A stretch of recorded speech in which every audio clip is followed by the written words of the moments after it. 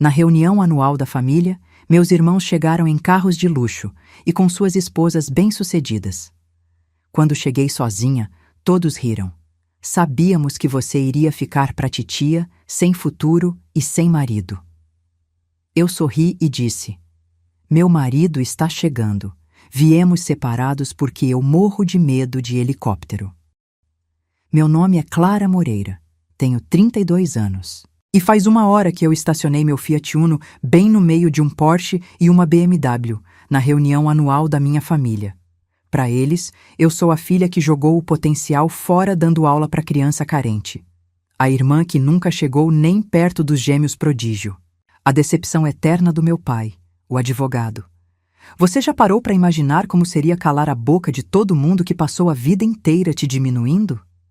Daqui a pouco, quando o helicóptero pousar lá no jardim impecável da chácara dos meus pais, eu vou descobrir uma coisa: se vingança é mesmo um prato que se come frio, ou se no fim das contas ela tem gosto de cinza. Já imaginou que seu maior triunfo seria também sua maior humilhação? Quando abri o portão enferrujado da chácara dos meus pais em Campos do Jordão, naquela tarde de dezembro, meu velho Fiat Uno tossindo como um fumante de longa data, não fazia ideia que minha vida mudaria para sempre. Lá estavam eles, um Porsche Cayenne preto reluzente e uma BMW X5 azul metálica estacionados lado a lado como se estivessem posando para um comercial de vidas bem-sucedidas. Respire fundo, Clara. Você consegue. Era o que eu repetia mentalmente enquanto desligava o motor barulhento do meu carro, que parecia gritar fracasso ao lado daqueles símbolos de status. Fazia exatamente 5 anos que eu evitava a reunião anual da família Moreira. 5 anos fingindo ter compromissos inadiáveis, trabalhos urgentes na creche municipal onde sou professora. 5 anos escapando dos olhares de decepção, especialmente do meu pai, que nunca entendeu por que a caçula da família desperdiçou seu potencial com crianças carentes. O caminho de pedras até a casa nunca pareceu tão longo. Cada passo trazia de volta uma memória. Eu, aos 8 anos, correndo atrás dos meus irmãos gêmeos, Rafael e Rodrigo, os prodígios da família, sempre tão iguais na aparência e tão diferentes no caráter. Meu pai, Arnaldo, aplaudindo as conquistas deles no tênis, enquanto mal notava meus desenhos premiados na escola. Felipe tinha razão. Eu precisava enfrentar isso. Seu marido está chegando. Sussurrei para mim mesma, apertando a alça da bolsa onde guardava nosso segredo. Mal sabia eu que em 3 horas aquele segredo explodiria como fogos de artifício no Réveillon de Copacabana. Clarinha, finalmente você veio. Minha mãe me abraçou com aquele aperto que só mães sabem dar. Forte o suficiente para transmitir saudade, suave o bastante para não demonstrar desespero. Elisa Moreira, 60 anos, ex-professora universitária que abandonou a carreira por amor à família. Leia-se, por pressão do meu pai. Seus olhos castanhos, tão parecidos com os meus, pareciam pedir desculpas antecipadas pelo que estava por vir. Você está linda, filha. Mais magra? A Clara sempre foi magrela demais, mãe. Deve ser a dieta da professora mal paga. A voz de Rafael ecoou da sala, seguida por risadas. Meu irmão apareceu no hall de entrada, segurando uma taça de vinho tinto que provavelmente custava mais que meu salário semanal. Ao seu lado, Tatiana, sua esposa, toda produzida num vestido Chanel, original, claro, me analisava como quem examina um inseto curioso. Quanto tempo, cunhadinha? Ainda salvando o mundo uma criança de cada vez? O sorriso dela não alcançava os olhos. Respirei fundo e apertei discretamente o anel de noivado no bolso do meu vestido. O único de marca que possuo, comprado em promoção no shopping. Na verdade, Rafael, estou adorando o meu trabalho. As crianças são mais autênticas que muitos adultos que conheço.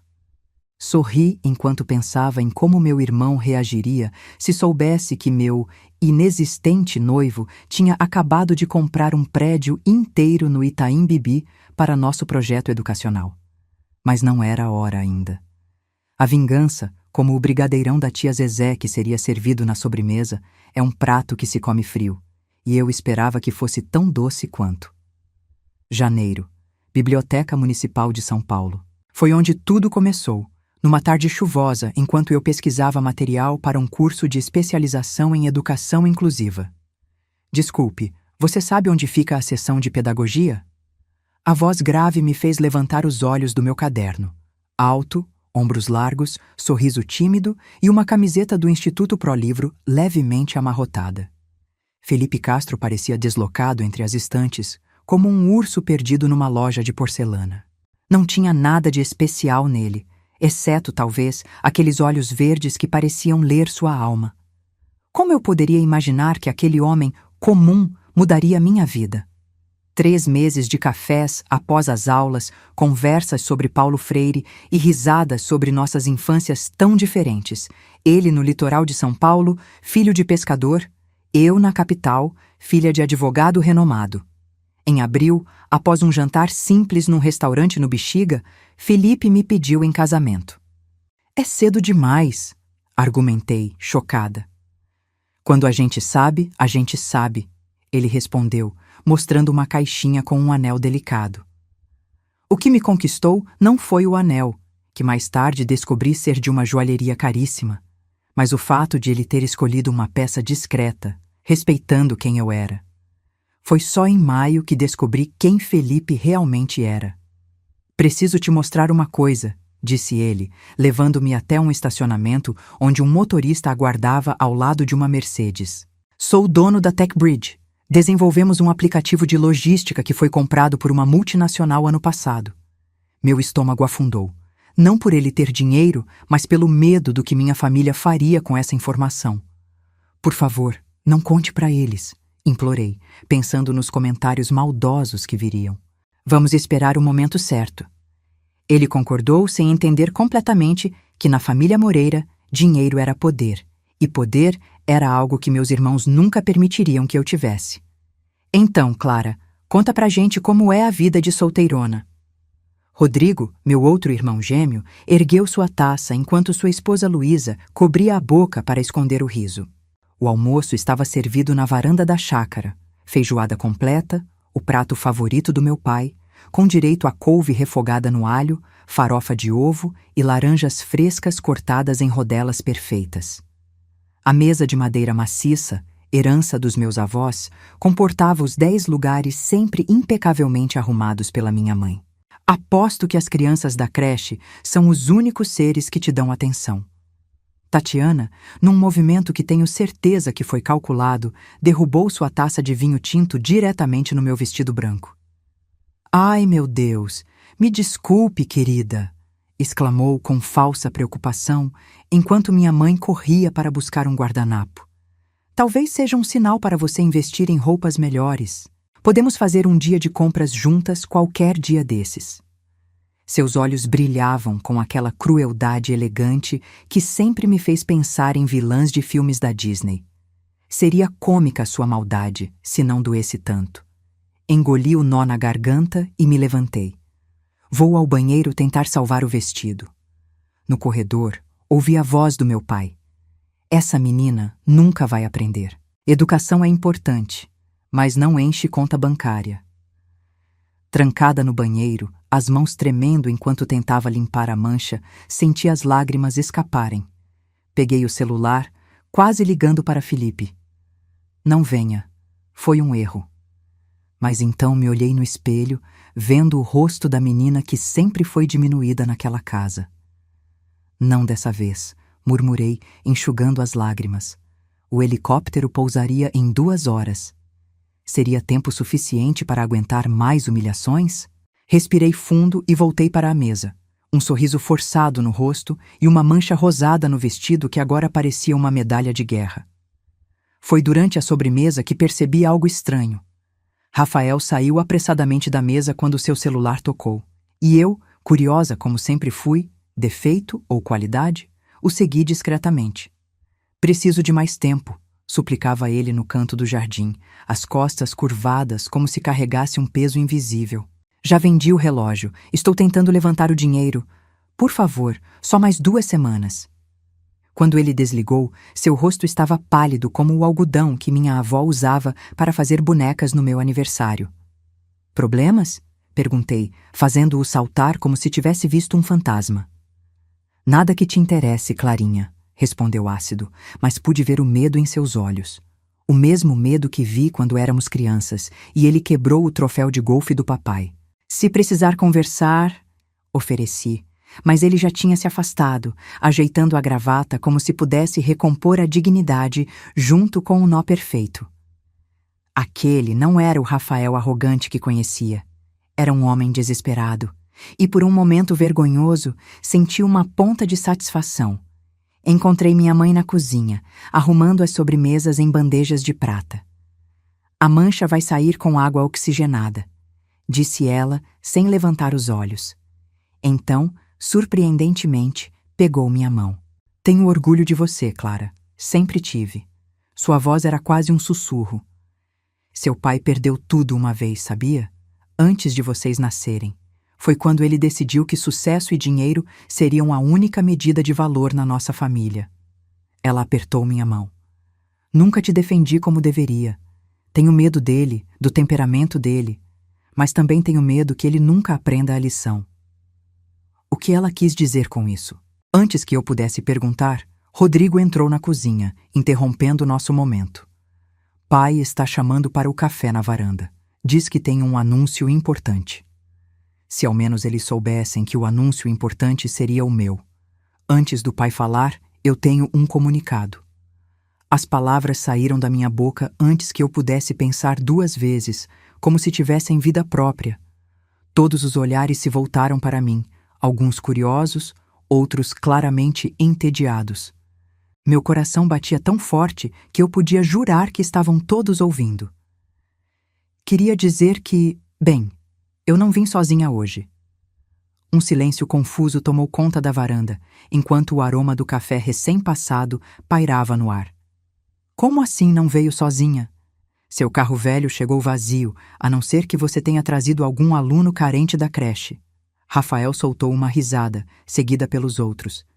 Meu pai apenas observava por cima da xícara de café, aqueles olhos que sempre me avaliavam e encontravam falhas. Respirei fundo.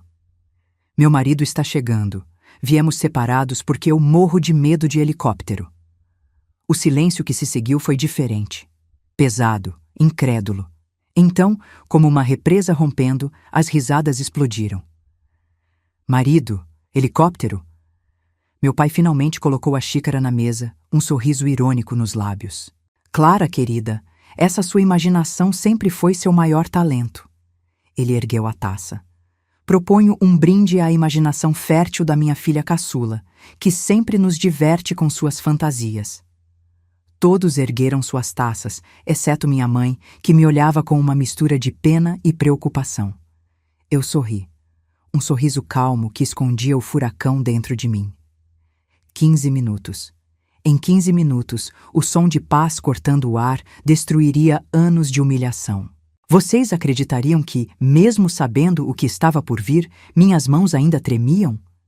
Foi meu sobrinho de 8 anos, Pedro, filho de Rodrigo e Luísa, quem ouviu primeiro. Tem um barulho estranho lá fora. Ele gritou, interrompendo a discussão sobre os novos projetos imobiliários do meu pai. No início, ninguém deu atenção. Crianças sempre inventam coisas, não é? Mas então o som ficou mais alto. Um toque-toque-toque ritmado que foi ficando mais intenso a cada segundo. Vi o rosto do meu pai mudar de expressão, como se alguém tivesse lhe dado um tapa invisível. Helicóptero! Pedro gritou da janela, pulando de excitação. Tem um helicóptero pousando no campo! A correria foi imediata. Todos se levantaram, correndo para as janelas como se a rainha da Inglaterra estivesse chegando para o chá. Rafael me olhou, a boca ligeiramente aberta. Você não pode ser, murmurou. Fiquei parada, sentindo uma estranha calma me envolver. Anos de terapia, barata, no posto de saúde, como Rodrigo fazia questão de lembrar, não tinham conseguido o que aquele momento estava fazendo por mim. Do lado de fora, o helicóptero pousava no campo que meu pai sempre manteve impecavelmente aparado. Para valorizar a propriedade. ele dizia. Era um Eurocopter cinza e branco, discreto para os padrões de helicópteros, mas ainda assim mais luxuoso que qualquer coisa que minha família esperaria ver associada a mim. Por um instante, contemplei a ironia da situação. Eu, que tinha pavor de alturas, tinha um noivo que se locomovia pelo céu. Às vezes, o amor nos faz superar medos que nem sabíamos ter. E às vezes, a vingança, será que era isso? Tem um gosto tão doce quanto o brigadeirão da tia Zezé que esfriava, esquecido, sobre a mesa. A porta do helicóptero abriu e Felipe desceu, impecável num terno italiano azul marinho que realçava seus olhos verdes. Ao seu lado, 2 assistentes de terno preto, que eu não esperava, uma surpresa até para mim. E... espere, aquele era Gustavo Mendes? O chefe dos meus irmãos no escritório de advocacia? Vi o rosto de Rafael empalidecer e Rodrigo ajustar nervosamente a gravata. Felipe sorriu ao me ver e caminhou em minha direção como se estivéssemos sozinhos num campo de girassóis, não cercados pela minha família em choque. Desculpe o atraso, amor, disse ele, me abraçando e beijando suavemente meus lábios. Tivemos que fazer uma parada em São Paulo para pegar Gustavo. Ele se virou para minha família, estendendo a mão para meu pai com a naturalidade de quem não percebe o terremoto que acabou de causar. Senhor Moreira, é um prazer finalmente conhecê-lo pessoalmente. Clara fala muito do senhor. A expressão do meu pai era impagável, como alguém que engoliu um limão inteiro e está tentando sorrir. Castro, meu pai repetiu, apertando mecanicamente a mão de Felipe. Felipe Castro da Tech Bridge? Percebi, pelo tom da voz dele, que não era a primeira vez que ouvia aquele nome. Felipe assentiu, ainda sorrindo, mas seus olhos tinham aquele brilho que eu conhecia bem, o mesmo que aparecia quando ele jogava xadrez e estava prestes a dizer checkmate. Exatamente. Acho que recebeu minha proposta mês passado, não? Sobre aquele terreno no Morumbi? Meu pai engoliu em seco, enquanto eu lutava para esconder minha surpresa. Que terreno!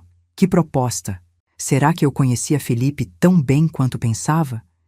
E será que isso importava agora, quando finalmente eu não era a coitada da Clara aos olhos da minha família? Por que não voltamos para dentro? Sugeriu minha mãe, sempre a pacificadora. Preparei brigadeirão. Enquanto caminhávamos de volta à casa, notei Rafael sussurrando algo urgente para Tatiana, que o afastou irritada.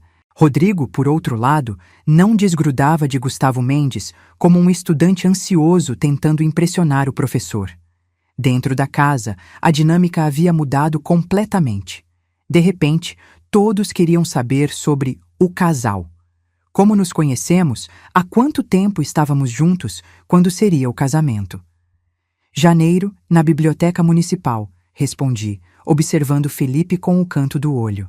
Ele complementava minhas respostas com detalhes que eu nem lembrava, como a cor do meu cachecol naquele dia, vermelho com listras brancas, um presente da minha primeira turma de alunos, ou o livro que eu estava lendo, Paulo Freire, Pedagogia da Autonomia. Era como se ele tivesse fotografado mentalmente cada momento nosso. E por que esconder o relacionamento por tanto tempo? Perguntou meu pai, seus olhos estreitados com suspeita. Antes que eu pudesse responder, Felipe pegou minha mão esquerda e delicadamente colocou nela o anel que eu sempre carregava no bolso. Não estávamos escondendo, apenas queríamos ter certeza. Ele deslizou o anel no meu dedo enquanto todos observavam. E agora temos. Aquele momento deveria ser perfeito, como nos filmes. Então por que senti um arrepio de inquietação? Talvez fosse o olhar do meu pai, calculista como sempre. Ou talvez fosse o fato de que, pela primeira vez na vida, eu estava no centro das atenções da família Moreira e descobri que o lugar não era tão confortável quanto imaginei. 6 meses antes daquela reunião familiar explosiva, minha vida havia tomado um rumo inesperado. Eu preciso ir para os Estados Unidos por 6 meses. As palavras de Felipe caíram como bomba no nosso jantar de comemoração de 3 meses de noivado, em junho. Estávamos num restaurante japonês na Liberdade, meu bairro favorito em São Paulo. A empresa está expandindo e eu preciso supervisionar pessoalmente a abertura do escritório em Seattle. Olhei para o sashimi no meu prato, subitamente sem apetite. 6 meses, metade de um ano. Uma eternidade para quem havia acabado de encontrar o amor. Você pode vir comigo, sugeriu ele, segurando minha mão. Podemos encontrar uma escola bilíngue onde você poderia trabalhar. Balancei a cabeça, sentindo lágrimas se formarem. Não posso abandonar meus alunos no meio do ano letivo, Felipe. Eles contam comigo. Era verdade, mas não era só isso. Uma parte de mim, aquela parte insegura que cresceu ouvindo que nunca seria suficiente, tinha medo. E se ele conhecesse alguém melhor nos Estados Unidos? Alguém mais sofisticada, mais adequada ao seu mundo? E se ele percebesse que eu era apenas uma professora comum, não especial o suficiente para um homem como ele? Os meses seguintes foram um teste de resistência. Videochamadas diárias, mensagens de texto constantes e a dúvida sempre presente. Será que vai durar? Em julho, antes da partida dele, visitamos seus pais em Angra dos Reis. Sua mãe, Dona Célia, uma senhora simples que me abraçou como se já fôssemos família. Seu pai, seu Jorge, pescador aposentado, cujas mãos calejadas contavam histórias de trabalho duro. Cuida do meu menino, pediu Dona Célia ao nos despedirmos. Ele pode ter conquistas, mas o coração dele é simples como o nosso. Aquela visita me deu forças. Se Felipe, vindo de uma origem tão humilde, podia conquistar o mundo sem perder a essência, talvez nosso amor também pudesse sobreviver à distância. Mas será que sobreviveria à minha família quando ele voltasse? Então, Clara, além desses negócios imobiliários que seu marido mencionou, que outros projetos vocês estão planejando? Meu pai quebrou o silêncio constrangedor que havia se instalado na mesa de jantar, sua voz carregando aquele tom inquisitivo de advogado em interrogatório. Era óbvio que ele tentava avaliar quanto eu realmente sabia sobre os negócios de Felipe, testando se nosso relacionamento era genuíno ou apenas uma fachada. Durante anos me senti invisível naquela mesa, e agora, de repente, todos os olhares convergiam para mim, como se eu fosse algum tipo de animal exótico no zoológico. Felipe limpou a garganta, colocando o guardanapo de linho sobre o colo, com a naturalidade de quem nasceu em berço de ouro, não filho de pescador. Na verdade, Sr. Moreira, estou no processo de transição profissional. A TechBridge cresceu mais do que esperávamos e recentemente decidi que quero usar parte dos recursos para projetos com impacto social. Ele olhou para mim com aquele sorriso que ainda fazia meu coração acelerar. Clara me inspirou. Estamos desenvolvendo um projeto educacional inovador em São Paulo, muito diferente daquele empreendimento imobiliário que discutimos. O silêncio que se seguiu foi quase palpável. Pude ver as engrenagens girando na cabeça do meu pai, tentando processar a informação. Um projeto educacional? Que tipo de retorno isso traz comparado ao setor imobiliário? Felipe sorriu, aquele sorriso tranquilo de quem conhece seu próprio valor. Clara será a diretora pedagógica. E quanto ao retorno, Sr. Moreira, algumas coisas são investimentos na humanidade, não na conta bancária. Meus irmãos engasgaram simultaneamente com seus vinhos caros. Foi a primeira vez que vi Rodrigo mostrar um interesse genuíno por algo relacionado a mim, inclinando-se para perguntar mais sobre o projeto. Seria possível que, depois de anos me diminuindo, agora ele realmente quisesse saber sobre meu trabalho? Ou era apenas o cheiro do dinheiro que subitamente tornava minhas ideias fascinantes? A semana anterior à reunião familiar tinha sido uma montanha-russa de emoções. Primeiro, o retorno de Felipe dos Estados Unidos, bronzeado e com presentes para todos, inclusive uma caixinha misteriosa para mim, que ele insistiu que eu só abrisse no dia do nosso aniversário de 1 ano juntos, coincidentemente, o dia após a reunião familiar. Depois, a tontura estranha no banheiro do apartamento, seguida pelo teste de gravidez que mostrou não uma, mas 2 linhas rosa-choque. Gêmeos. Os exames confirmaram. Como se o universo tivesse um senso de humor peculiar, eu, a filha sem futuro, estava grávida de gêmeos, assim como minha mãe esteve uma vez. Devemos contar para sua família amanhã? Felipe perguntou, segurando o ultrassom onde 2 pontinhos minúsculos pulsavam em sincronia. Sentada na nossa cama, balancei a cabeça negativamente. Ainda não. Vamos esperar passar o primeiro trimestre. Era uma desculpa, e nós 2 sabíamos. A verdade era que eu queria aquele momento só para nós, sem os comentários ácidos dos meus irmãos ou as expectativas pesadas do meu pai. Queria proteger aquelas 2 vidinhas do julgamento constante que sempre acompanhou a minha. Agora, sentada à mesa de jantar da chácara, com Felipe revelando nossos planos profissionais, senti uma nova onda de tontura. Será o cheiro forte do molho de carne? Ou a pressão de tantos olhares avaliando cada palavra, cada gesto nosso? Você está bem, amor? Felipe sussurrou, notando minha palidez. Assenti levemente, tomando um gole d'água. Minha bolsa, pendurada na cadeira ao lado, guardava o teste de gravidez que eu tinha trazido por segurança. Um hábito bobo de quem ainda não acreditava totalmente na própria sorte. Se minha mãe soubesse o que carregava ali, será que aqueles olhos tristes ganhariam um novo brilho? Será que finalmente alguém naquela família veria valor no meu caminho escolhido, quando esse caminho agora incluía a continuação do sobrenome Moreira? Acho que devemos falar sobre intenções reais aqui, meu pai declarou, colocando os talheres cuidadosamente ao lado do prato, como se estivesse se preparando para um interrogatório no tribunal. Castro, que intenções tem com a minha filha? Clara sempre foi, digamos, ingênua quanto aos motivos das pessoas. Felipe manteve o semblante tranquilo, mas vi sua mandíbula tensa, o único sinal externo de irritação que ele permitia. Minha única intenção é fazê-la feliz, senhor. Quanto à ingenuidade, acho que o senhor está confundindo bondade com fraqueza. Um erro comum, mas ainda assim um erro. Antes que meu pai pudesse responder, Tatiana se levantou abruptamente, derrubando sua taça de vinho. Chega dessa farsa! Sua voz ecoou pela sala de jantar, surpreendendo a todos. Lágrimas escorriam pelo rosto perfeitamente maquiado, borrando o rímel caro. Estamos falidos! O Porsche é alugado. Rafael está devendo para um agiota porque perdeu tudo em jogos de apostas.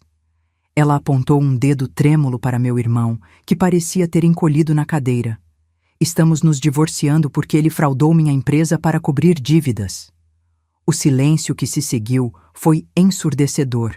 Minha mãe cobriu a boca com a mão, enquanto meu pai empalidecia visivelmente. Rodrigo olhava para o irmão com uma mistura de choque e decepção. Foi nesse momento que senti aquela tontura forte, mais intensa que todas as anteriores. Tentei me apoiar na mesa, mas minha mão trêmula derrubou a bolsa. O conteúdo se espalhou pelo chão de madeira como confetes de um carnaval trágico. Batom, carteira, chaves. E o teste de gravidez que deslizou até parar exatamente no centro da roda familiar. As 2 linhas rosa-choque viradas para cima, visíveis para todos. Olhares assustados se desviaram de Rafael para o pequeno objeto plástico no chão. De repente, eu não era mais apenas Clara, a filha desajustada. Era Clara, a futura mãe. E pela primeira vez naquela casa, o silêncio não vinha carregado de julgamento, mas de algo muito mais raro na família Moreira: perplexidade genuína. Alguém pode me explicar o que está acontecendo aqui? A voz de minha mãe, normalmente suave e submissa, cortou o silêncio com uma autoridade que eu jamais tinha ouvido. Ela se levantou, os ombros eretos, subitamente parecendo 10 anos mais jovem e infinitamente mais forte. Com uma calma assustadora, caminhou até o teste de gravidez, pegou-o do chão e o colocou na mesa. Clara, você está grávida? Perguntou, seus olhos encontrando os meus com uma intensidade que me fez engolir em seco. Sim, respondi, sentindo a mão de Felipe apertar a minha sob a mesa. Gêmeos. Descobrimos semana passada. Felipe se levantou, seu braço envolvendo protetoramente meus ombros. Não planejávamos contar ainda, estamos esperando passar o primeiro trimestre. Meu pai, ainda processando a revelação de Rafael, agora parecia estar tendo um curto-circuito mental. Abria e fechava a boca como um peixe fora d'água, incapaz de formular uma frase coerente. Foi quase cômico. O grande Arnaldo Moreira, o homem que sempre tinha a última palavra, agora completamente sem palavras. A noite se desenrolou como um filme surrealista. Rafael, finalmente liberado do peso do segredo, confessou tudo. Como começou apostando pequenas quantias até perder o controle, como falsificou a assinatura de Tatiana em documentos da empresa dela, como estava sendo ameaçado por agiotas. Por que não pediu ajuda? Perguntei, finalmente encontrando coragem para confrontá-lo. Ele me olhou, lágrimas nos olhos, a primeira vez que o via chorar desde que éramos crianças. Como poderia? Passei a vida toda te diminuindo, Clara. Como poderia admitir que você estava certa? Que dinheiro e status não significam nada quando você perde a si mesmo. Naquele momento, algo mudou entre nós. Não era perdão, ainda não, mas talvez fosse o início de um entendimento. Será que precisamos chegar ao fundo do poço para enxergar quem realmente importa na nossa jornada? 6 meses se passaram desde a reunião familiar que mudou tudo. Estacionei meu Fiat Uno, o mesmo carro por escolha própria, em frente à chácara dos meus pais. Felipe tinha oferecido para comprar um carro novo várias vezes, mas eu recusava. Algumas coisas precisam permanecer as mesmas para que possamos medir o quanto mudamos, expliquei para ele. Minha barriga de 7 meses mal cabia atrás do volante, e os bebês, 2 meninos, descobrimos no último ultrassom, chutavam como se estivessem jogando uma final de Copa do Mundo dentro de mim. A chácara estava diferente, não na estrutura, mas na energia.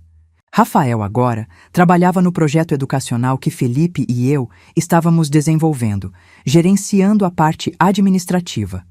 Uma condição da ajuda financeira que Felipe ofereceu. Nada de empréstimos, apenas trabalho honesto e terapia obrigatória para o vício em jogos.